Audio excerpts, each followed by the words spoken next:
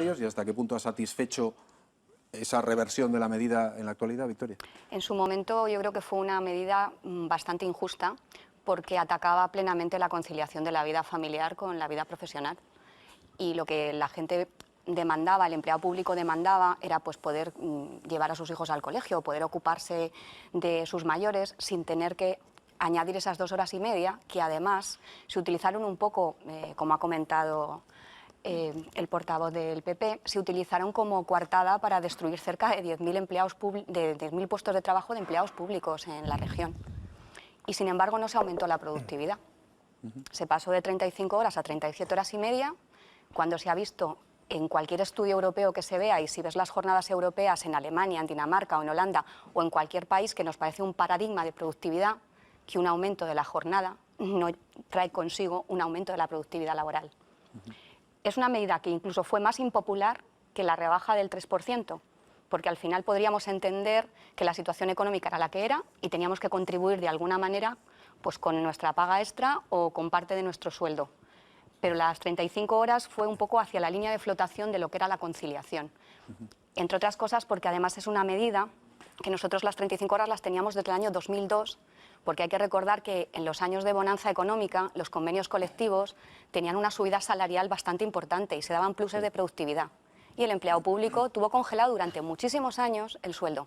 Se nos compensó de alguna manera con la rebaja de las horas de jornada laboral y con los días de asuntos propios. Entonces era un añadido más a lo que ya habíamos pasado en los años anteriores. Vamos a escuchar al resto de las fuerzas, la tercera fuerza del sindicato CESIF, si se sentían un poco en un partido de tenis con dolor de cuello, mirando a un lado y a otro, cuando se habla de las cuestiones que afectan personalmente a 68.000 personas y que a lo mejor vosotros lo veis desde otra perspectiva distinta cuando quienes debaten son los partidos políticos. Lo que se ve claramente es que cuando se está en la oposición se dice una cosa y cuando se llega al gobierno se cambia el discurso.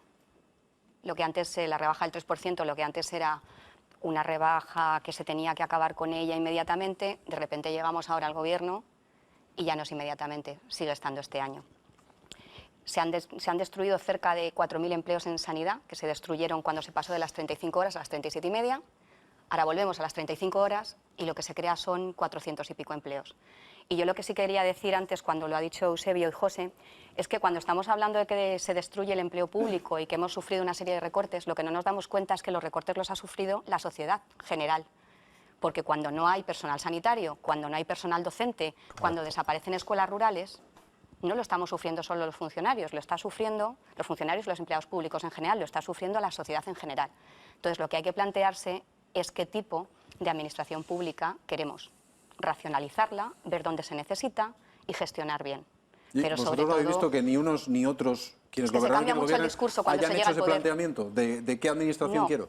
Nadie se ha sentado en ninguna mesa con nosotros, que llevamos demandándolo 15 años, a decir, a ver, ¿qué relación de puestos de trabajo queremos? ¿Cuántos puestos de trabajo queremos en sanidad? ¿Cuántos puestos de trabajo queremos en docentes?